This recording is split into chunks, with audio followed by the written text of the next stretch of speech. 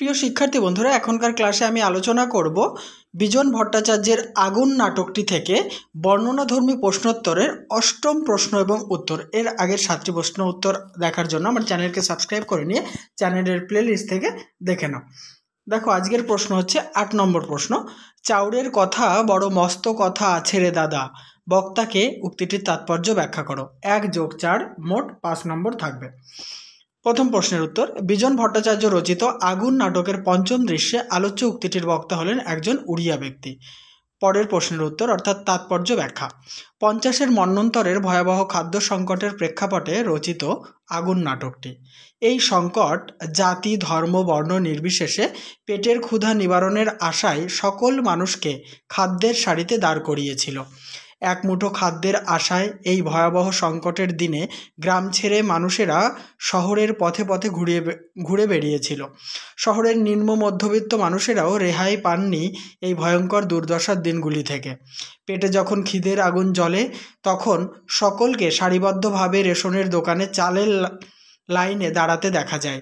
এই ভয়ঙ্কর দুর্দিনে কালোবাজারি ব্যবসায় লিপ্ত দোকানিকে তাই বলতে শোনা যায়, দেখো নাটকের লাইন ডবল কোটেশনে, লুঙ্গি টিকি পইতে টুপি সব একাকার হয়ে গেছে, দাড়ি দিয়ে কোটেশন ক্লোজ। আসলে রেশনের দোকানি চালের তাগিদে সমবেত লাইনকে মেনে নিতে পারেননি। সমস্ত চাল শেষ হয়ে গেলে দোকানির কালোবাজারি ব্যবসা হবে না, তাই তিনি বিরক্তি প্রকাশ করেছেন।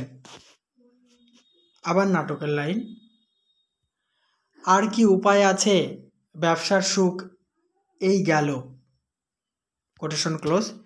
দোকানির মুখে এই কথা শুনে উড়িয়া চরিত্রটি হাসি মুখে বলেছেন, যে হিন্দু তারও যেমন চালের প্রয়োজন, তেমনি মুসলমানেরও চালের প্রয়োজন। আবার সাহেবরা চাল গুঁড়ো করে পাউরুটি বানিয়ে খায়, সুতরাং চাল সকলের দরকার। তাই সমস্ত মানুষ এক হয়েছে, যাদের লক্ষ্য জীবন ও পরিবার বাঁচাতে শুধুমাত্র চাল সংগ্রহ করা। তাই উড়িয়া চরিত্রটি রেশনের দোকানিকে যথার্থই বলেছেন। ডবল কোটেশনে, এবে সব্য এক হইয়ে গিলা, চাউরের কথা বড় মস্ত কথা আছে রে দাদা, তো তোমার বাণিজ্য আর চলিব কেমতি, কোটেশন ক্লোজ। সুতরাং আলোচ্য উক্তিটি নাটকে গভীর তাৎপর্য পূর্ণরূপে ধরা দিয়েছে। তাহলে প্রশ্নের উত্তরটি সমাপ্ত করলাম। দেখা হবে নেক্সট প্রশ্ন এবং উত্তর নিয়ে। ততক্ষণ আমার ইউটিউব চ্যানেলটি ফলো করতে থাকো।